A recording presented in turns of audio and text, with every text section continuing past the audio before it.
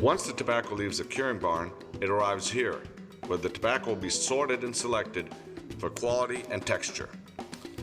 In texture, you're looking for ligeros, visos, and secos and identifying the thickness of the tobacco. In quality, you're determining which particular leaf will be wrapper, binder, or filler. It's a special process and takes a great eye. All this tobacco came from one bale of ligero.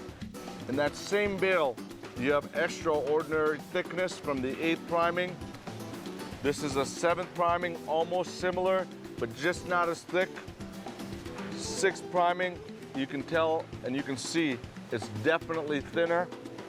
And 5th priming, which is right around here, separated, which is even thinner. Again, all classified as ligero, but different degrees and variations of strength. If one roller were to get the leaves from this pile and the other roller were to get the leaves from any one of these piles, in the same blend, you'd have inconsistency in the character and strength of the cigar. So to ensure that we have consistency in the blend, when I make a blend, it'll be the 8th priming from a particular farm in Costa Rica, 7th priming from a particular farm in Esteli, 6th priming from a particular farm in Hamastran. This way it guarantees that every cigar, again, has the same leaf from the same tobacco plant, from the same farm. The other thing it helps us ensure, we can actually ferment the tobacco separately by primings. Because if I took the whole bale of ligero and fermented together, the 8th priming would be under-fermented and the 6th priming would get over-fermented. All this tobacco, it's a little dry. We're gonna show you, we have a state-of-the-art system, how we add moisture back to the tobacco to condition it for fermentation. All right, so here we have a well-cured bale that is coming from the Nestor Plasencia family. This tobacco has already been fermented. It's packed at about 12% humidity, very, very dry, so it doesn't break, but it's still not supple enough to work with. So what we're doing at this stage is we're adding moisture to the tobacco. We have a state-of-the-art system, 1,000 parts of water per second, very clean, refined water without any impurities. Many factories will actually take the tobacco, they'll take a hand and dunk it in a tank of water. You get too much water retention into the tobacco, and that ends up leaving black tips in the fermentation of the tobacco. This system evenly distributes the moisture on the tobacco, so you get a lot more wrapper, you don't get water stains, and the tobacco, when it's being fermented, is very clean and beautiful. Again, we're touching, feeling, working, another step towards the 300 different hands touching the tobacco to ensure you are getting a great quality cigar.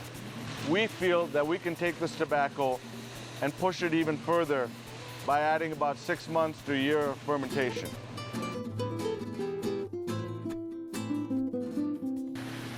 Okay, now we're in the critical key component for making a premium Rocky Patel cigar, the fermentation department. What you're doing when you're fermenting tobacco is you're getting rid of all the nutrients, all the fertilizer that the tobacco plant absorbed. The nitrogen, the boron, potassium, magnesium. So all that wonderful fertilization to make that plant strong and healthy.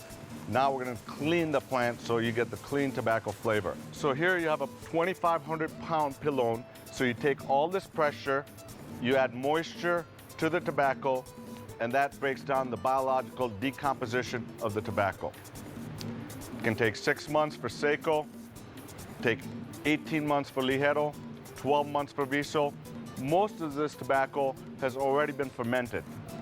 But here, we really like to push the tobacco. You'll notice with all my cigars, the key elements are rich, complex flavor, but the cigars are elegant and well balanced. You can smoke the cigars all the way to the end. They never get harsh, they never get bitter.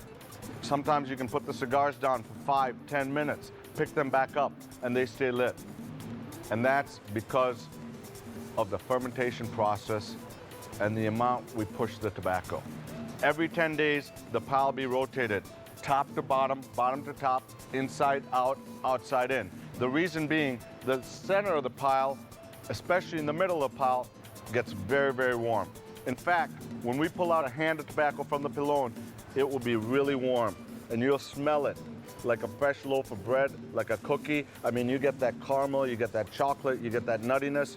The tobacco will finally be ready when the temperature stops rising. But you really have to touch the tobacco, talk the tobacco, smoke the tobacco, feel the tobacco. That's when you know the fermentation process is perfect. And at any one time, a wrapper leaf might not be ready from Sumatra. We may have a ligero or an 8 priming from Hamastran or Esteli that needs more time. Hence, we have to wait. I've stopped production on Decade before for 3 months, Old World Reserve for 2 or 3 months. Right now, the Corojo needs more fermentation.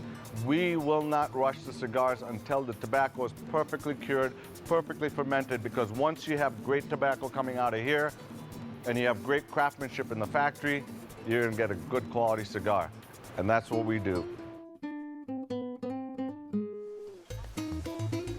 What most companies do when a bale of tobacco arrives at their factory is strip the tobacco. Once you strip the tobacco, you have to use all the tobacco for any blend in a particular cigar.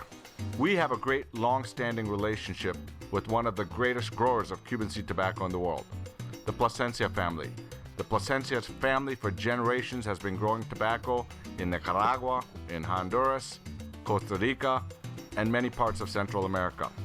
As a result of this, we have tobaccos, Ecuador tobacco, Sumatra seed, Ecuador tobacco, Connecticut seed, Costa Rican tobacco, Habano seed, Costa Rican tobacco, Mexican seed, Nicaraguan tobacco from Jalapa, from Esteli, Honduran tobacco from Hamastran, Olancho, St. Augustine, and Talanga. We have African Cameroon tobacco. We have tobacco Dominican Alor, Dominican Piloto. We have tobaccos from Peru, from Colombia, from Panama, and many other parts of the world. Due to this special relationship, we can specifically pick the selected special tobaccos that go into the Rocky Patel premium cigars. We sort that tobacco, and then we strip only that particular tobacco that are going to be required for our specific blends. We are not forced to use all the tobacco for our blends, and it is very important because we are stripping only the selected special leaves that are going to be used on our great cigars.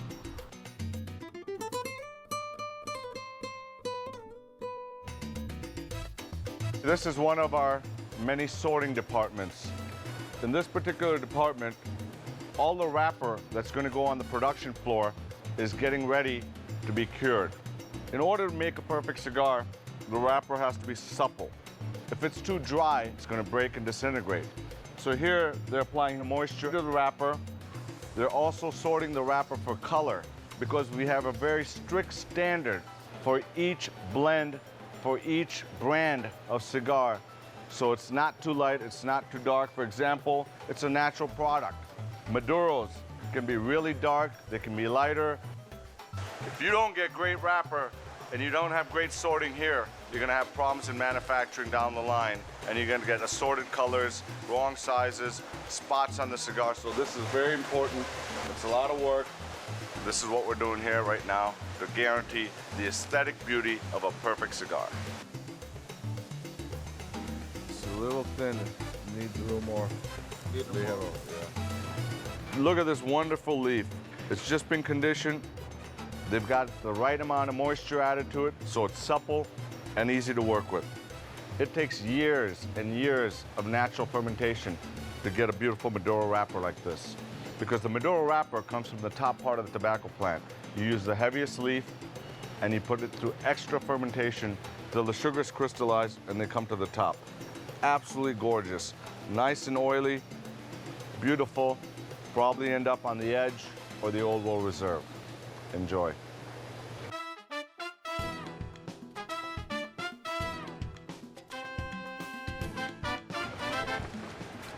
Welcome to the Salon Parlor of Rocky Patel Premium Cigars. When you come into this room, you want to make sure that you absolutely have the best materials for the bunchers and rollers to work in. Because if you don't have great tobacco, well, you're not going to come out with great cigars. So we make sure that the materials coming into this room are absolutely perfect, perfectly fermented, and of top grade quality. So once we're here, we're surrounded in this floor by about 240 teams. They work in teams. One person is a buncher. The second person actually puts the wrapper on the cigar. The buncher is very, very important in the construction of a great cigar. He literally has to take each leaf, place it in his hand, and fold it in an accordion fashion, much like this. And the leaves will go one on top of the other. And you really have to slow down and create this bunch in your hand. And you can see it creates air passages through the cigar, so the cigar can breathe properly. You want to make sure you have plenty of tobacco so there are not soft spots. The cigar feels firm and solid in your hand. At the same time, it should drop beautifully and burn beautifully. So this is a very key and important element of the construction of a cigar.